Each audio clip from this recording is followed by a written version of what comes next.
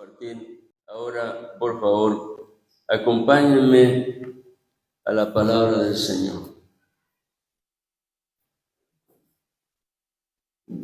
El título de este mensaje es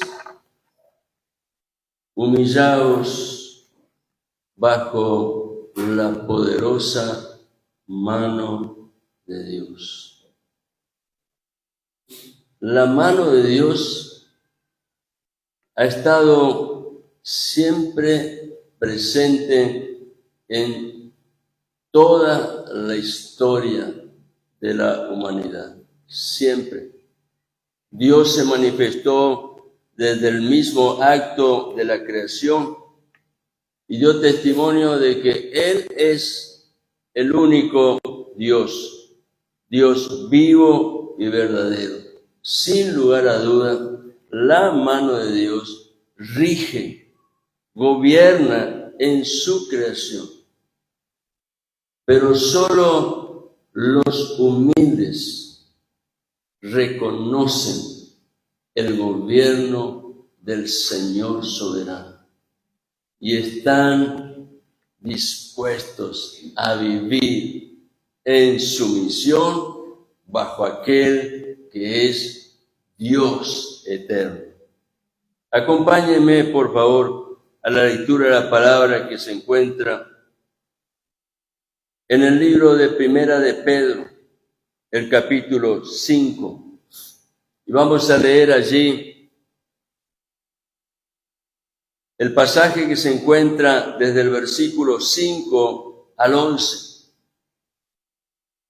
Y dice así el apóstol Pedro, y leemos la palabra de Dios en el nombre del Padre, del Hijo y del Espíritu Santo.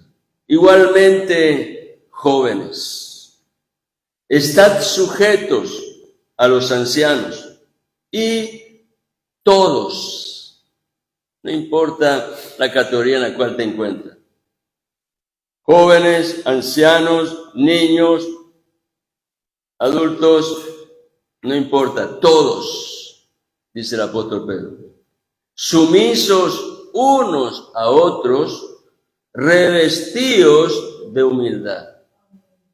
¿Por qué? Dice Pedro. Y ahí utiliza una expresión que declaró Salomón en el libro de los Proverbios. Dice, porque Dios resiste a los soberbios y da gracia a los humildes. Qué importante que es entonces estar revestido de humildad. Hay una razón que es fundamental. Dios resiste a los soberbios y da gracia a los humildes. Entonces, versículo 6, humillaos. ¿Cuál es la decisión que debemos tomar? Humillarnos. Humillaos, pues, bajo la poderosa mano de Dios, para que Él, Dios, os exalte cuando fuere tiempo, echando toda vuestra ansiedad sobre Él, porque Él tiene cuidado de vosotros. Versículo 8, sed sobrios y velad, porque vuestro adversario el diablo, como león rugiente. ¿Cómo? León rugiente. Él no es el verdadero león que domina en la creación. El verdadero león es el león de la tribu de Judá, Jesucristo el Señor. Pero Él es un imitador. Dice, como león rugiente, anda alrededor buscando a quien devorar. Pedro sabía que Jesucristo había declarado, hablando precisamente de este contexto en el cual se mueve el adversario y se presenta como un ladrón, y Jesucristo dijo, el ladrón viene para hurtar, para matar y para destruir. Él no tiene contemplación. Pero Jesucristo dijo, yo he venido para que tengan vida y vida en abundancia. Por eso el apóstol Juan, cuando escribe su primera carta, habla del testimonio de Cristo. Él fue manifestado para deshacer las obras del diablo. Y el inicio de ese testimonio se dio a conocer por medio de la victoria de la cruz, en donde el Señor le rompió los dientes, por así decirlo, a ese adversario feroz, y le quitó las llaves de la cual él se había apoderado por causa del fracaso del hombre, que recibió de parte de Dios la facultad de administrar su creación. Pero el hombre falló y el enemigo se apoderó de esa llave. Pero Jesucristo vino para deshacer las obras del diablo, y él le quitó las llaves que él ha utilizado durante muchas generaciones para someter al hombre al temor a causa de la muerte. Él, Jesucristo, venció en la cruz y le quitó las llaves de la muerte. Él es el alfa y el omega, el principio y el fin. Jesucristo le dice al apóstol Juan, allí en la isla de Patmos, he aquí estuve muerto, pero vivo.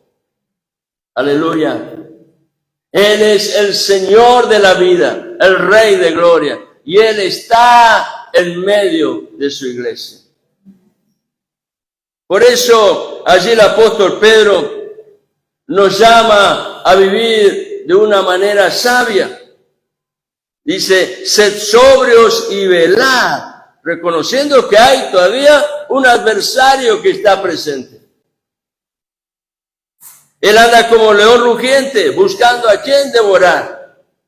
Y entonces Pedro dice, versículo 9, al cual, a ese adversario, resistid firmes en la fe, sabiendo que los mismos padecimientos, en esos conflictos espirituales que debemos enfrentar, los mismos padecimientos se van cumpliendo en vuestros hermanos en todo el mundo.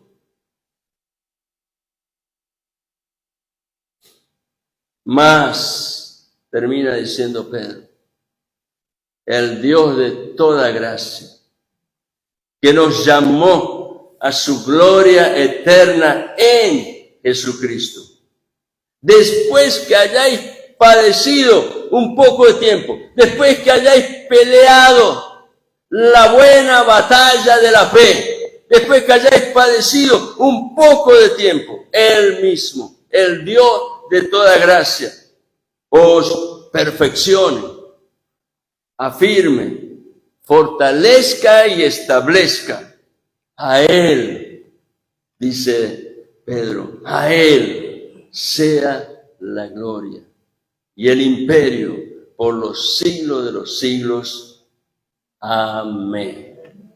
Aleluya. El apóstol Pedro cierra de una manera magistral la parte teológica de su primera carta, hablando de la soberanía de Dios y lo definitivamente importante que es vivir bajo ese gobierno de Dios. El apóstol Pedro está escribiendo a un grupo de creyentes aquí. Al enviar esta primera carta, le escribe a un grupo de creyentes que vivían en un lugar definido. Era la región del Asia Menor, en donde había comenzado a expandirse el evangelio a través de los viajes misioneros del apóstol Pablo.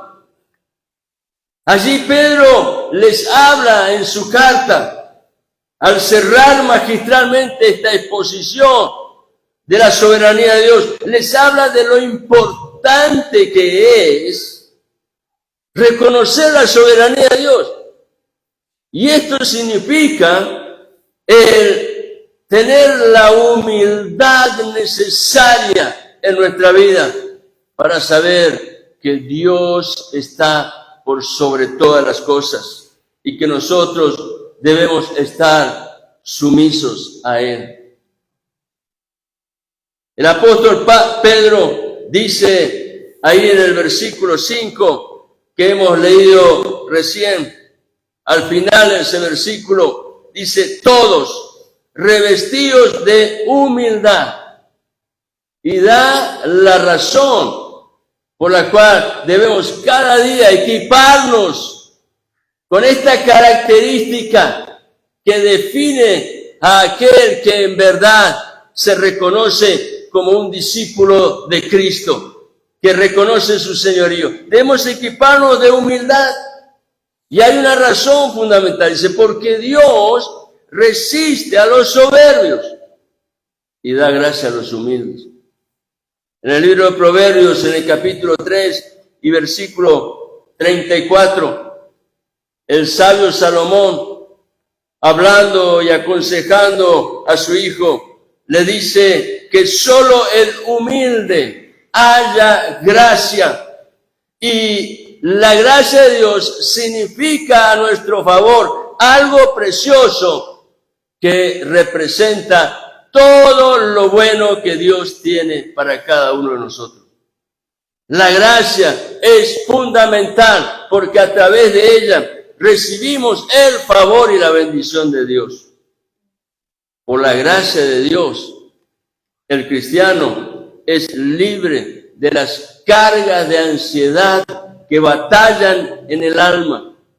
Por la gracia de Dios, no solo somos hechos libres de esas influencias de mal que afectan nuestra vida interior, sino que también recibimos fortaleza para resistir firmes y en la fe. Y fortalecidos en la fe, estar preparados para enfrentar las batallas espirituales, o como dice el apóstol Pedro, para pasar por los tiempos de padecimientos. El apóstol Pedro declara que la humildad, la firmeza en la fe y los padecimientos son marcas del carácter que Dios está formando en los hijos. Repito: humildad, firmeza en la fe y padecimientos son marcas del carácter que Dios está formando en los hijos. Estas características son muy necesarias, pero la base de todo es la humildad. Porque ¿quién es suficiente para enfrentar los desafíos de la vida cuando esos desafíos nos llevan a tener conciencia de nuestra propia incapacidad muchas veces de resolver? Por eso es importante la humildad. Como humanos somos seres falibles. Definitivamente lo hemos entendido en el mismo proceso de la vida, porque erramos a menudo. Pero solo el humilde reconoce que ha fallado y entiende que Dios es soberano y Él gobierna con justicia. Dice que Él no dejará caído al justo. Si el justo se vuelve a Dios, Dios en su amor, en su justicia, lo vuelve a levantar. Pero el orgulloso no acepta ser gobernado. Él quiere tener las riendas de la vida. Él pretende ser dueño de sí mismo y no rinde cuenta de nada ni a nadie. En cambio, el humilde tiene la actitud necesaria para volverse a Dios arrepentido. Y habiendo errado, Él está dispuesto a confesar. Y en esa actitud de un corazón inclinado ante Dios, que reconoce su señorío, Dios le alcanza gracia Y de esa manera el hombre puede tener libertad y recibir la bendición espiritual que trae el perdón y que manifiesta la vida y verdadera paz. El humilde, cuando se encuentra en los conflictos en donde él no ha actuado en la manera correcta, busca ayuda para salir del hoyo de las dudas. Y de esta manera, al volverse a Dios con decisión, él está respondiendo al llamado del Señor a través de una fe que entiende que solo en Dios está la salida de ese problema. Y es allí donde él tiene la oportunidad de escapar de las trampas del maligno.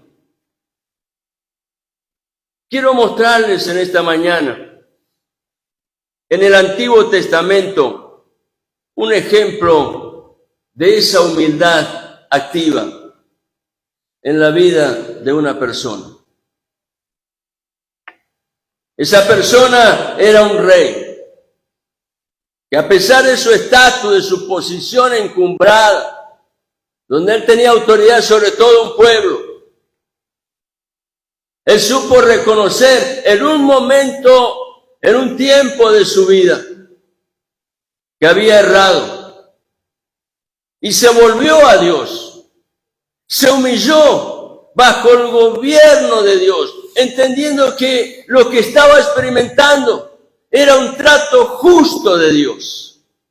No renegó de Dios. Él se humilló, se volvió a Dios, se puso en sujeción a la voluntad de aquel que es Señor soberano de la vida, de aquel que tiene todo el derecho sobre la vida, porque Él es el creador de la vida en la experiencia del hombre que ha sido manifestado a través del poder creador de Dios. El libro de Segunda de Reyes nos va a contar esa experiencia del rey Ezequías. Él definió ese tiempo de su vida con 3 palabras. Ahora lo vamos a leer. La primera palabra que él utilizó es angustia. La segunda palabra que él utilizó es reprensión. Y esto tiene que ver con el gobierno justo de Dios. Y la tercera palabra que él utilizó es blasfemia. En Segunda de Reyes, capítulo 19, yo les leo acá, lo tengo anotado en la versión Reina Valera. Segunda de Reyes, capítulo 19, en los versículos 1 al 3, dice así la palabra de Dios. Cuando el rey Ezequías lo oyó, para entender, en sus casas, lean el capítulo anterior, el capítulo 18. Y ahí van a ver que lo que Ezequías oyó son las palabras blasfemas que se levantaban amenazante contra el pueblo de Judá y al mismo tiempo blasfemaban contra Dios, de un capitán del ejército de un gran imperio como era el imperio asirio que dominaba en ese tiempo. Y dice la escritura que cuando el rey Ezequías lo oyó, rasgó sus vestidos y se cubrió de cilicio. Era una señal de tristeza y de dolor ante la experiencia. ¿Y qué hizo Ezequías? Entró a la casa de Jehová. Ezequías se sintió vulnerable. Él era un rey, pero entendió que era un rey de carne y hueso, tan vulnerable como cualquier otro ser humano. Se sintió vulnerable. ¿Y qué decisión tomó? Buscar a Dios. Fue a los atrios del templo. Él no podía entrar al lugar del santuario porque solamente el sacerdote podía llegar ahí. pero él podía llegar al atrio, en donde se presentaba la ofrenda, y allí fue, reconociéndose ante Dios en su necesidad. Él buscó a Dios, era un rey, pero se sintió vulnerable.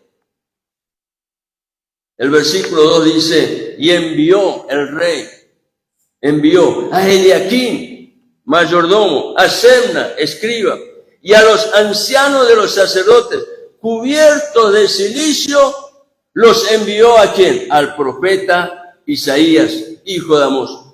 Ezequías, en su humillación, él busca a Dios, porque él reconoce que necesitaba recibir palabra de Dios. Y la buscó en el lugar en donde él entendía que podía estar de parte de Dios el testimonio a través de su siervo, el profeta Isaías.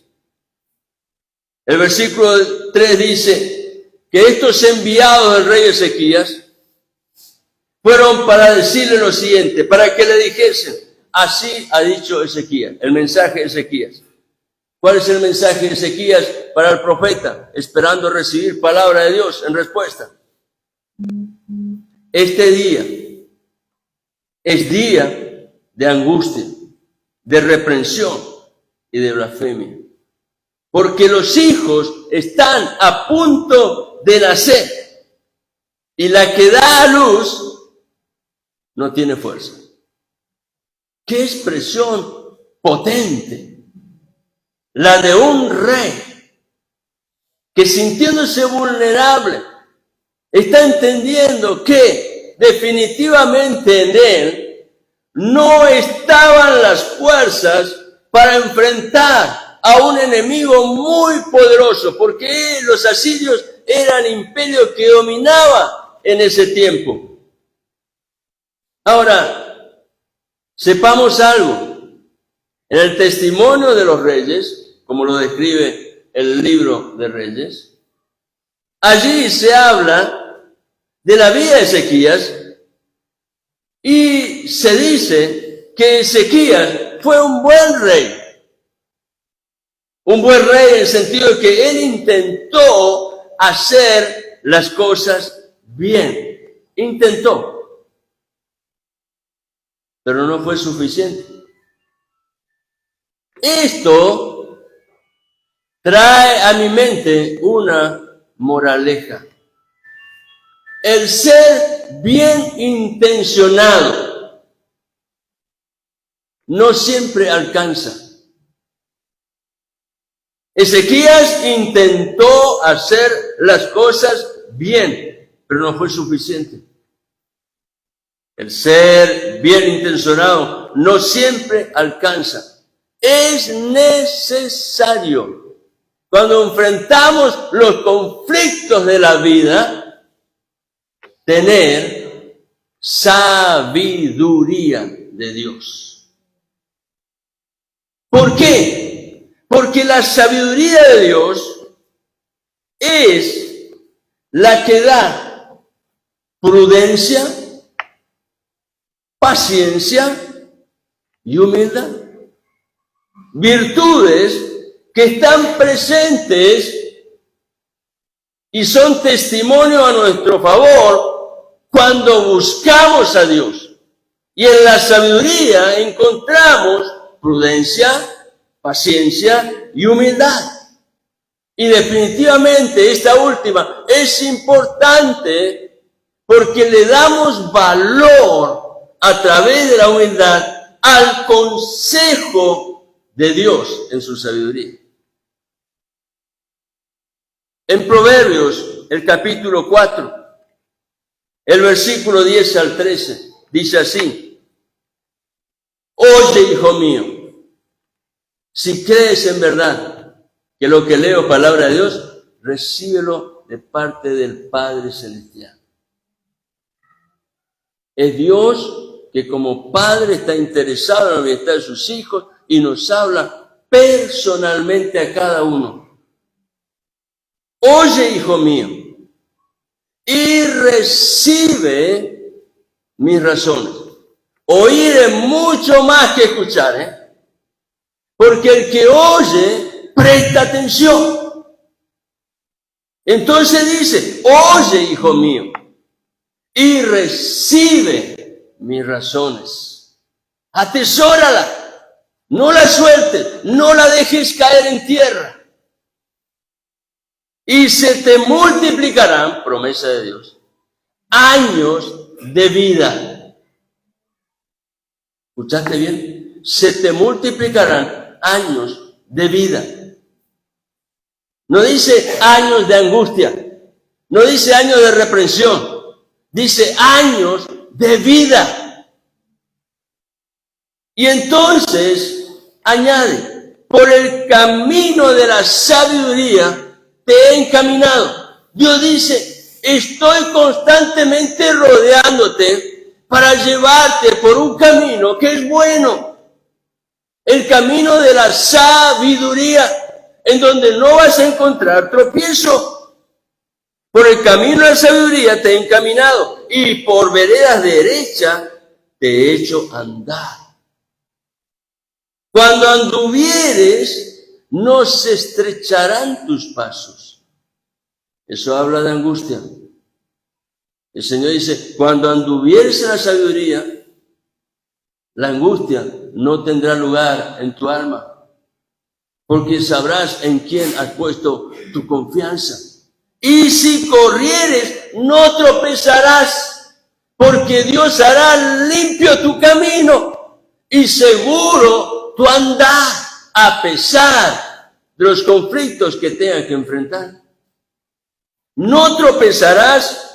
Y entonces dice, retén el consejo, no lo sueltes, no lo dejes, guárdalo, porque eso es tu vida.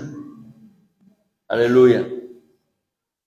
Ezequías, aquel rey, tan vulnerable y al mismo tiempo tan fuerte, él enfrentó un escenario muy difícil, siendo rey, ocupando un lugar, un sitial tan importante. Era un hombre necesitado y enfrentó un escenario muy difícil, no sabía cómo resolverlo. Por eso él lo define con estas 3 palabras que leímos recién en el libro de Segunda de Reyes, capítulo 19. Es tremendo. Él la define con estas 3 palabras: angustia, reprensión y blasfemia. Y hay algo que es importante. Cuando él habla de esto y añade a la angustia y la blasfemia, él señala que eso también estaba significando en su alma reprensión. Y ahí Ezequías está hablando de algo personal, porque él sabía que en parte tenía responsabilidad en el asunto. Ezequías sabía que si no se humillaba bajo la mano poderosa de Dios, estaba ante el escenario de una derrota segura. Y todo Judá, su pueblo, iba a pasar por mucho dolor. Él lo sabía. Y sabía que él era responsable de esa situación. Y ya lo van a entender por qué. Pero aquel día, cuando Ezequías se sintió confrontado en su experiencia con un Dios que gobierna su creación y que es justo en todas sus obras, aquel día Ezequías se quebrantó, se volvió a Dios, reconoció su pecado y, lo importante de todo, reaccionó como un hombre de fe, porque él fue a Dios. Ya antes se había equivocado, por eso Dios lo reprende. En Proverbios capítulo 18 y versículo 10 nos habla de la respuesta de fe que tiene que haber en el corazón que ha sido quebrantado. Proverbio 18:10 dice, torre fuerte es el nombre del Señor. A Él correrá el justo y será levantado. Significa que estuvo caído. Pero el justo se vuelve a Dios, reacciona en fe y corre humillándose a aquel que es torre fuerte, porque sabe que allí está su refugio, su lugar de fortaleza, y es levantado. Aquel día, así lo expresa Ezequías en el mensaje que le manda al profeta Isaías, esperando recibir una palabra de Dios. Aquel día, dice Ezequías. Y día, así la expresión literal, puede significar un momento o el periodo de tiempo que dure la prueba.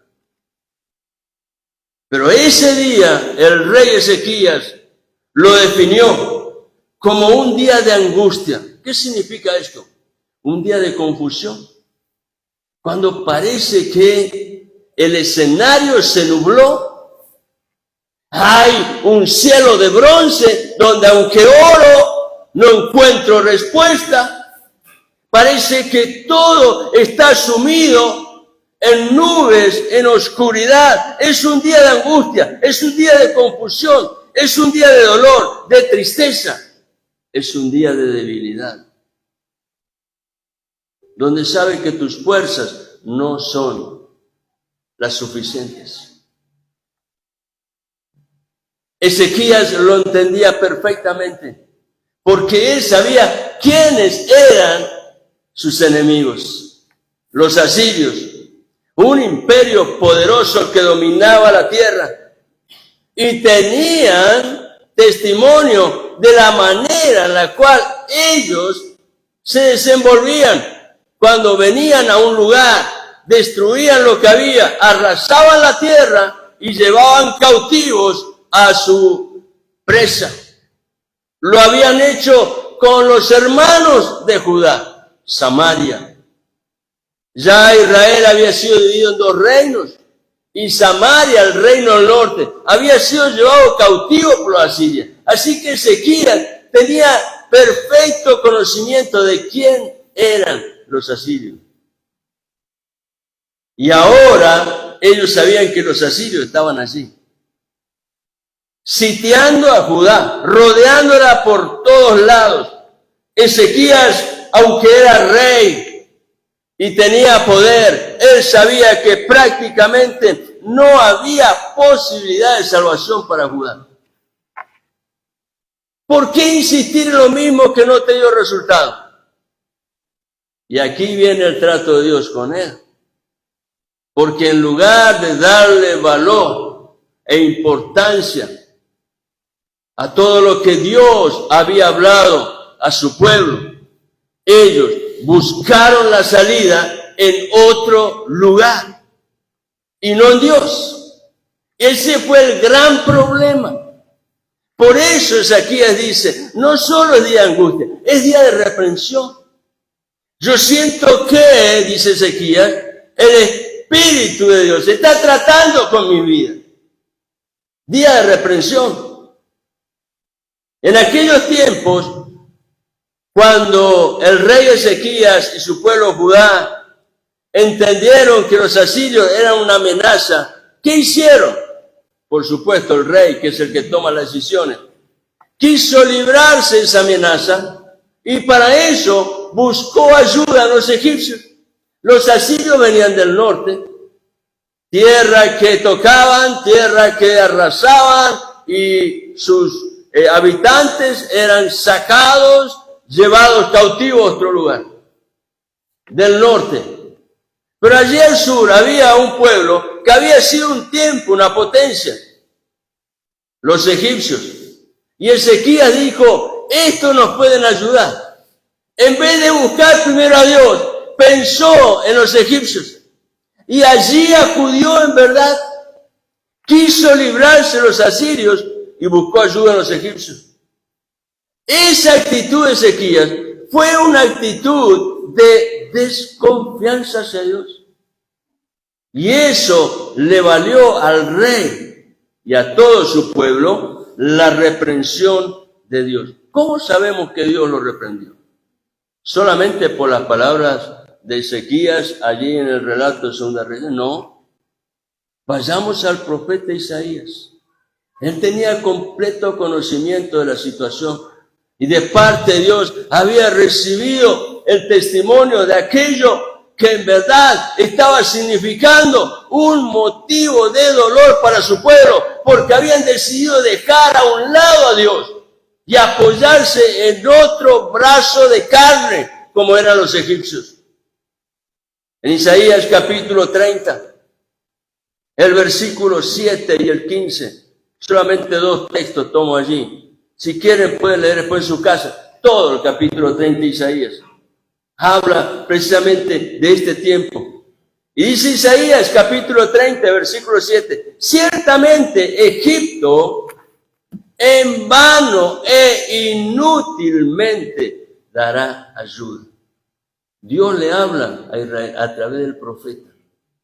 Y le dice, ciertamente Egipto en vano e inútilmente dará ayuda. Por tanto, yo le di voces, dice Dios. Yo le hablé a mi pueblo para que no se vuelva atrás. Que su fortaleza sería estarse quietos. Eso significa confiado en Él, estarse quieto. Y el versículo 15 dice, porque así dijo Jehová el Señor, el Santo de Israel, en descanso y en reposo seréis salvos, en quietud y en confianza será vuestra fortaleza. ¿Pero qué pasó? No quisisteis. Segunda moraleja que yo puedo entender a partir del testimonio de Dios. Desoír el consejo de Dios tiene consecuencias. Los asirios habían empezado a poner sus pies sobre los territorios de Judá. Finalmente, habiendo conquistado Samaria, ahora se proponían también conquistar Judá. Sitiaron a Jerusalén y le impusieron un pesado tributo, como era la costumbre de la época. El que dominaba tenía derecho a cobrar impuestos a los otros. Le pusieron un pesado tributo. De esto habla mucho Segunda de Reyes, capítulo 18. Lean, hermano, en su casa. Segunda de Reyes 18. Pero el rey de Asiria no estaba conforme con lo que él había logrado.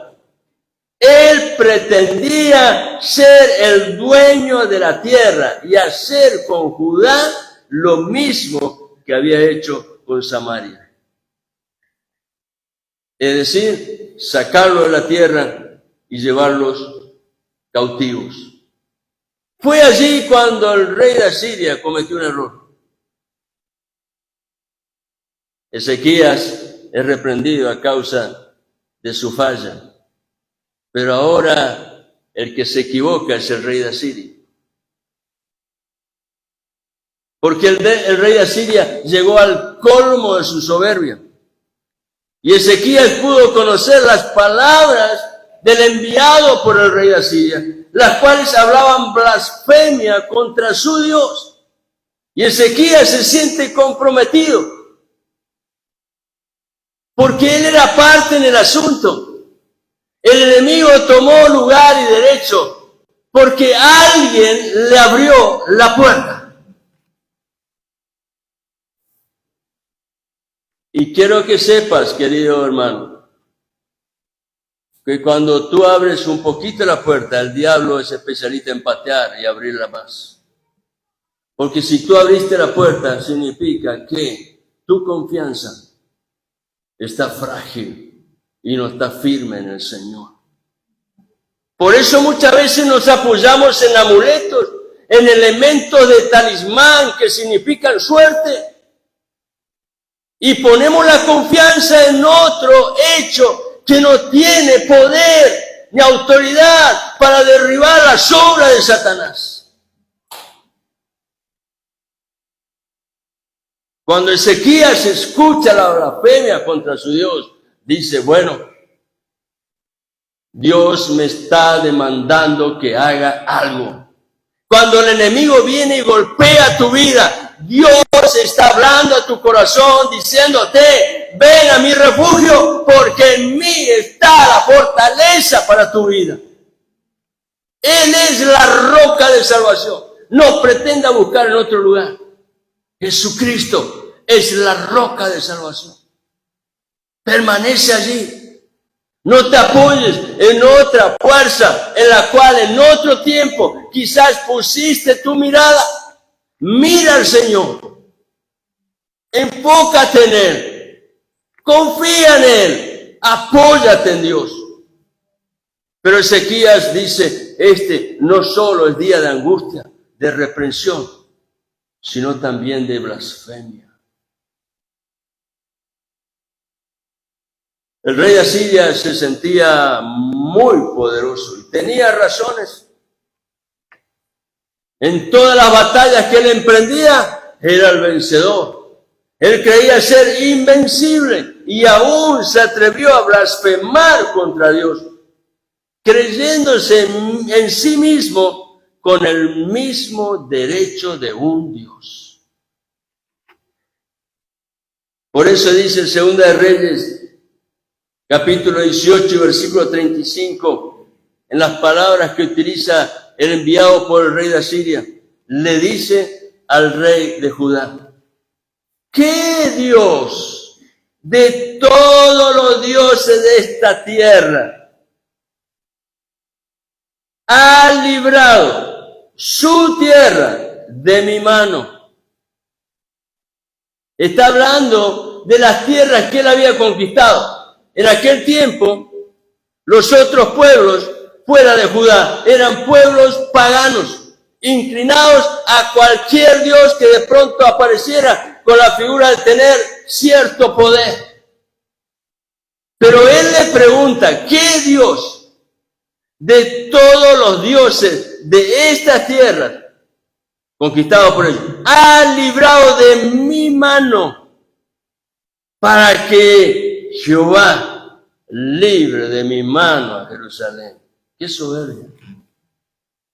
Desafiando a Dios. Desafiando a Dios. Pero el enemigo se atreve a hacer eso. Si abrimos la puerta, él lo va a hacer. Porque cuando abrimos la puerta, él sabe que le dimos derecho legal para obrar. Y él no se va a detener. Jesucristo dijo, él fue muy claro, el ladrón no viene sino, ¿para qué cosa? Para hurtar, para robar, para matar.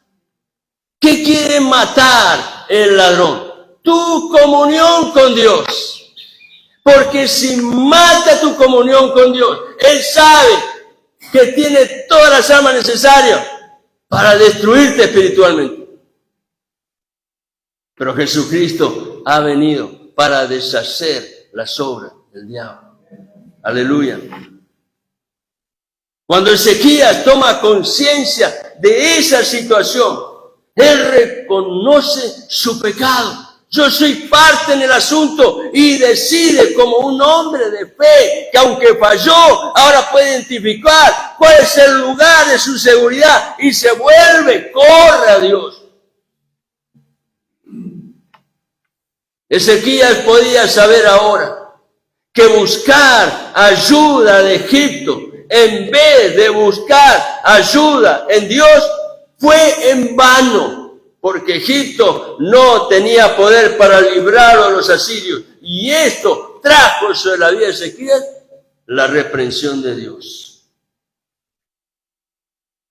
Ezequías pudo entender entonces que Dios es soberano.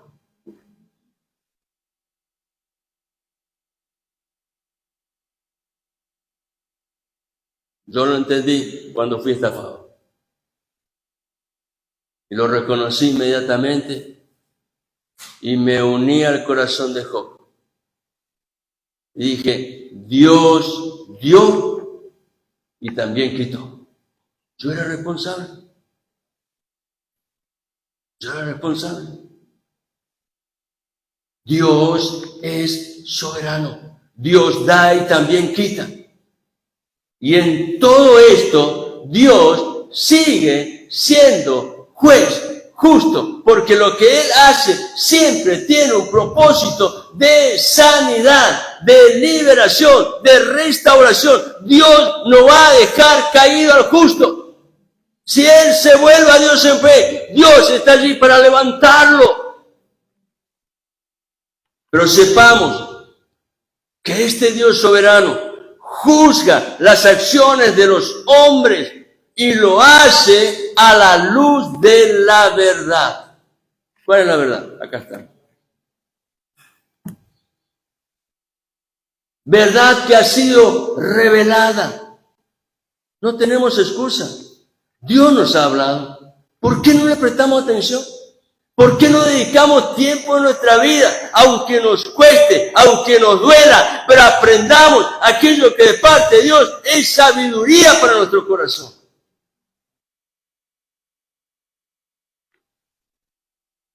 Dios juzga las acciones de los hombres a la luz de la verdad que Él ha revelado. Por tanto, el juicio de Dios siempre es justo y los hombres no tenemos excusa. Cuando el hombre decide hacer su vida sin tener en cuenta a Dios, debe saber que llega el día cuando va a rendir cuenta delante de aquel a quien en el tiempo de su decisión lo ignoró. Acompáñenme, por favor, al libro de Romanos, porque por ahí uno dice cosas aquí en el púlpito y creen que es el hombre. Es Dios.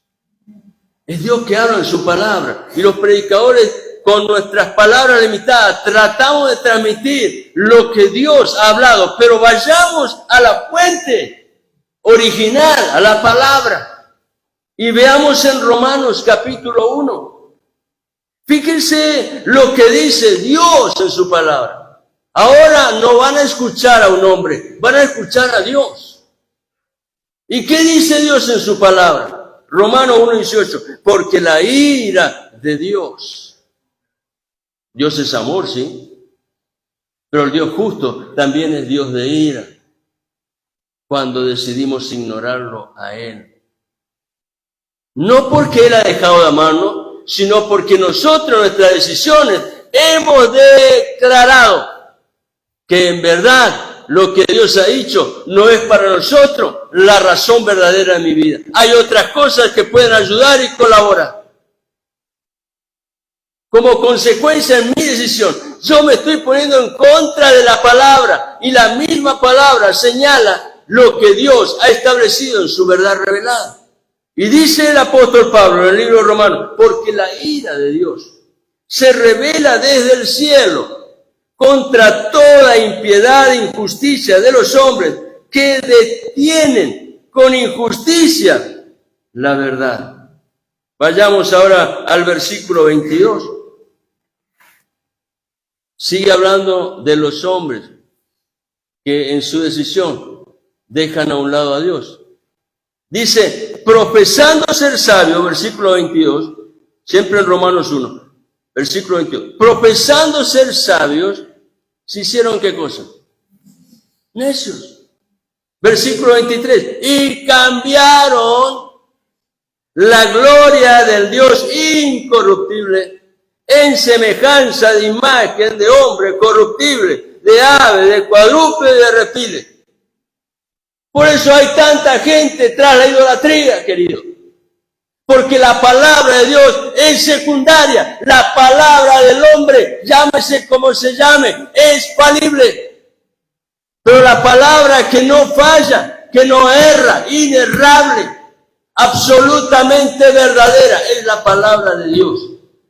Debemos limitarnos a la palabra en los hechos de la vida, en donde hay una decisión que es fundamental. Tenemos que apegarnos a Dios. Cambiaron la gloria del Dios incorruptible que se reveló en semejanza de imagen de hombre corruptible, de aves, de cuadrúpedos, de reptiles. Hacen imágenes. Claro, para el hombre es fácil. ¿Saben por qué? Porque saben que ante esa imagen no tienen que rendir cuenta. Porque no anda, no tiene poder para hacer nada. Es una imagen. Nunca va a rendir cuenta delante de alguien que no tiene poder ni autoridad. Delante de Dios sí. Delante de Dios sí.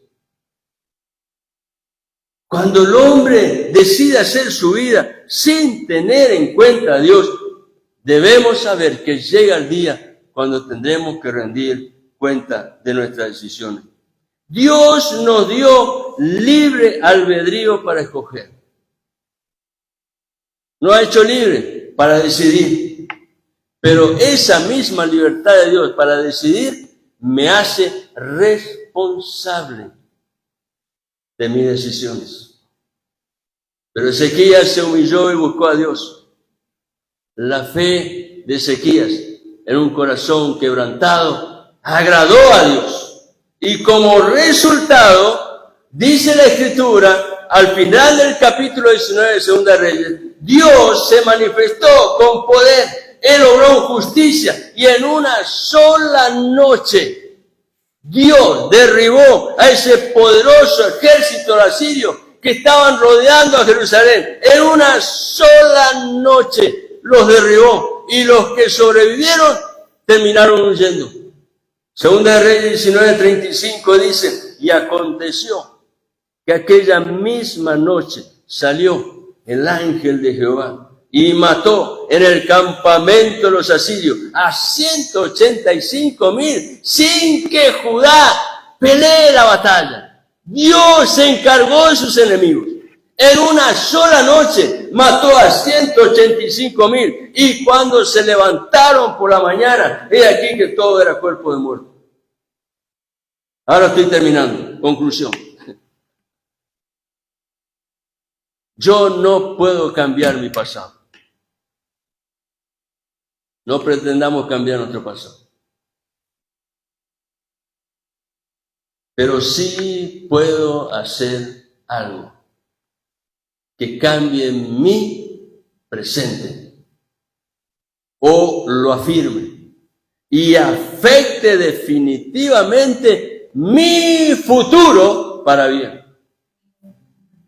No puedo cambiar mi pasado, pero sí puedo hacer algo en mi presente que produzca un cambio, que afirme lo que definitivamente está de parte de Dios ya consolidado, a fin de que mi futuro esté asegurado en las manos de Dios. Esa fue la decisión de Ezequías. Él reconoció que se había equivocado y aceptó con un corazón inclinado que Dios es soberano y es justo. Por eso Ezequías se volvió a Dios, se enfocó en Dios y buscó la palabra de Dios para su vida y para su pueblo. Qué tremendo lo que Dios puede hacer. Dios le estaba dando a Ezequías una nueva oportunidad.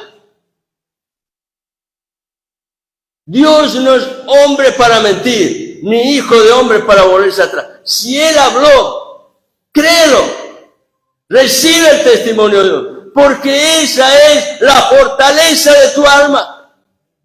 Un Dios vivo y verdadero que está presente. Esta mañana quiero decirte esto. Quizás estas palabras pueden sonarte duras, pero lo que he hablado está en las Escrituras. Si quieres, puedes comprobarlo en tu casa. Vuelve a leer todos estos textos. Seamos como aquellos creyentes de los cuales hablan las Escrituras allí en una región en donde Pablo visitó con el Evangelio. Ellos no comían cualquier cosa, no masticaban vidrio. Cuando Pablo el apóstol les predicaba, ellos volvían a su casa, leían las Escrituras y comprobaban si era cierto. Pero lo hacían a la luz de la palabra de Dios revelada. Está en el libro de los Hechos, los cristianos de Berea. Dios no se va a ofender si en tus dudas anhelas aclararla a la luz de la verdad revelada. Dios no se va a ofender. Sí se ofende cuando en nuestras dudas decidimos ignorarlo a Dios y buscamos otras fuentes. Si has entendido a través de esto que Dios está hablando, que no tienes fuerzas para reaccionar, al menos seamos sensatos en rendirnos a la evidencia del amor de Dios. Porque es solo por el amor de Dios que Dios continúa hablándonos. A pesar de todo, de mis errores, de mi propia rebelión, Dios todavía está presente, tratando con mi vida para enseñarme que su amor es más fuerte. Aleluya. Y contra todo pronóstico, no importa lo que otros digan, contra todo pronóstico, aún contra la blasfemia del enemigo, que va a intentar de toda manera detenerte en tu búsqueda de Dios, contra todo pronóstico, Dios quiere y va a manifestar su poderosa obra de salvación en el corazón que pone su confianza en Él. El apóstol Pedro declara que enfrentamos un adversario que como león rugiente anda buscando a quien devorar. ¿Sabías una cosa?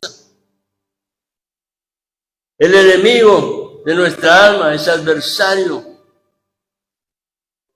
conoce mejor que nadie mi fragilidad, porque lo ha visto en mis acciones. Él conoce mejor que nadie mis fragilidades. Él sabe dónde apuntar su dardo de fuego. Él conoce mis fallas porque me vio fallar.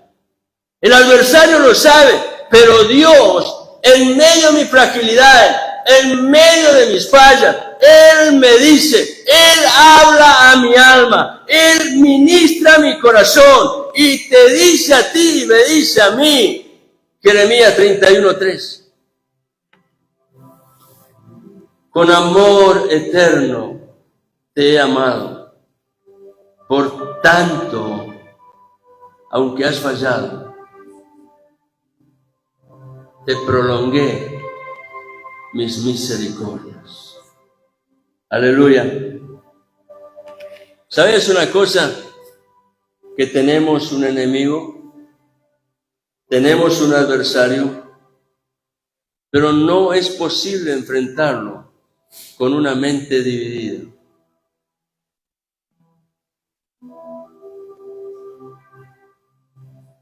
El Nuevo Testamento utiliza una palabra que en el español es traducida como ansiedad.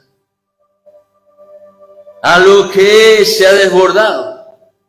He perdido el control del cauce. Y genera ansiedad. Ezequías lo expresó como una angustia. Esa palabra que en el español es traducida en nuestras versiones como ansiedad, en el griego es la palabra merimna. Esta palabra en el griego es una palabra compuesta, formada por meiro, que significa dividir, y nos, que significa mente. La ansiedad proviene de una mente dividida, en donde en nuestra vida se expresa ¿de qué manera? A través de distracciones, ansiedades, cargas y preocupaciones. Debo saber, Dios quiere que esto lo tenga muy presente, que las preocupaciones son innecesarias. ¿Escuchaste bien? Las preocupaciones son innecesarias cuando confío en el amor del Padre que provee para toda necesidad. Por eso Dios le habló a su pueblo cuando en su locura se volvieron a Egipto. Yo les dije, en quietud y en reposo será vuestra salvación. Por eso también el profeta Zacarías dice que cuando enfrentamos la batalla de la vida, no es con nuestra fuerza, no es con espada, es con su Santo Espíritu, que se revela en un corazón que está rendido a Dios. Un corazón que resiste a Dios, el Espíritu Santo no puede hablar.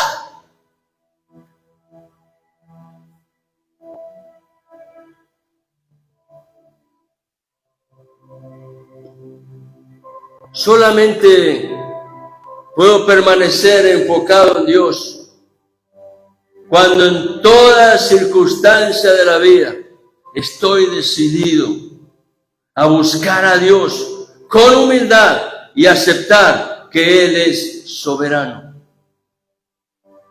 Y sepamos esto, porque Dios muchas veces los hace para que en el proceso seamos sanados. Dios permite que pasemos por valles secos y estériles.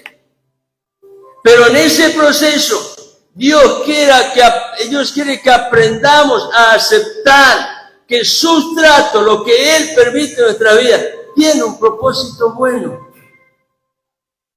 Los tratos de Dios no son para destruirte, son para levantarte.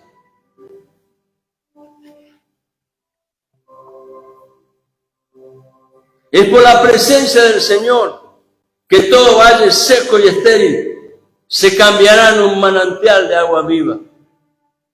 Jesucristo y su palabra es el agua viva que limpia, que sacia, que renueva con vigor y da vida abundante. Pero debo saber esto. No puedo llenarme de lo nuevo que el Señor tiene para mi vida si no suelto el pasado.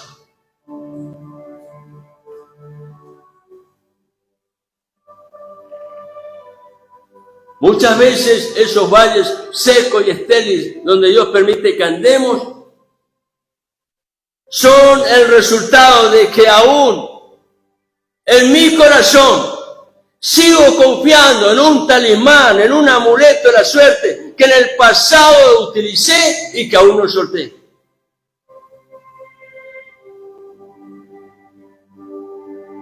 En el tiempo en que Pablo predicaba, la gente lo escuchaba y era compungida por el Espíritu porque su corazón estaba abierto a la obra de Dios. No resistía a las palabras del Señor. Y dice que ellos entendieron que era necesario dejar todo aquello que antes había sido la fortaleza de su vida. Y en un mismo momento dice que vinieron trayendo todas esas cosas que habían guardado en sus casas para que fueran totalmente destruidas porque no servían para nada.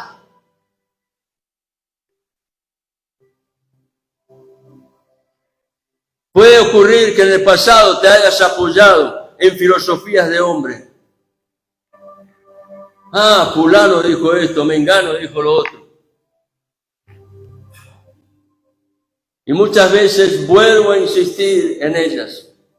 Como resultado, si permanezco en esa actitud, mi mente está dividida.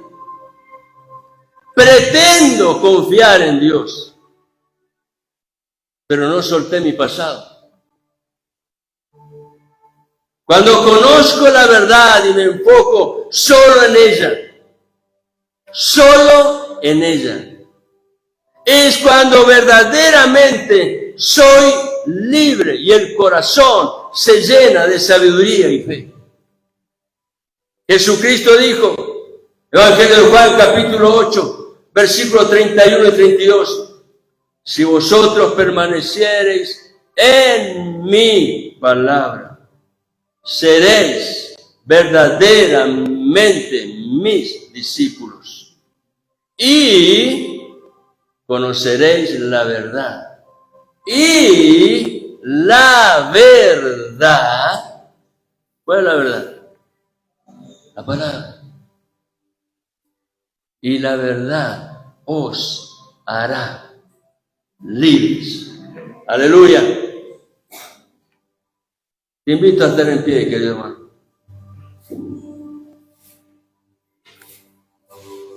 Dios todavía está presente. Su Espíritu Santo sigue obrando.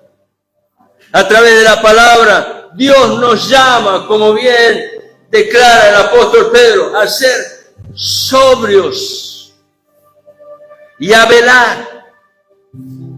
Sobrio es aquel que tiene su mente y sus pensamientos iluminados por su palabra y en esa verdad camina con sobriedad. Pero también dice, debemos velar. Esto significa prestar atención y estar pronto para reconocer la voz de Dios a fin de no ser confundidos. Porque es allí donde Dios trae fortaleza a nuestra vida y nos ayuda a resistir firmes en la fe al adversario. Por eso Pedro termina de una manera magistral este pasaje que hemos leído allí al final de su primera carta, diciendo que la promesa es que el Dios de toda gracia va a traer la provisión necesaria a nuestras vidas. Él es el que nos va a llevar a vencer en la batalla. Él es el que nos guía a caminar de triunfo en triunfo, de poder en poder. Y esto lo hace solo aquel a quien le pertenece la gloria y el poder por siempre y para siempre. Amén y amén. Aleluya. Gloria a Dios. Gracias, Señor, por tu palabra. Gracias, Señor, porque tu Espíritu Santo está hablando en nuestros corazones a través de la verdad que ha sido revelada.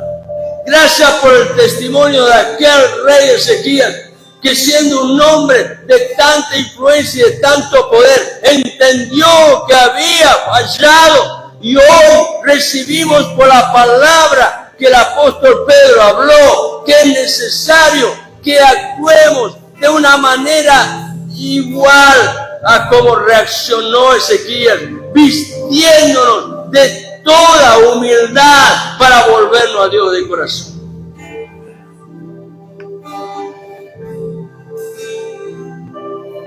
La promesa es que el Dios de toda gracia, Él tiene la provisión necesaria y suficiente, en la cual verás la mano del Señor obrando misericordia y manifestando en su poder la victoria que anhelan ver realizada en tu vida, en tu familia, en todo proyecto que tengas. Ponlo delante del Señor y Él hará. Aleluya. Señor, te damos gracias porque a ti te pertenece la gloria y el poder por siempre y para siempre. Aleluya. Aleluya.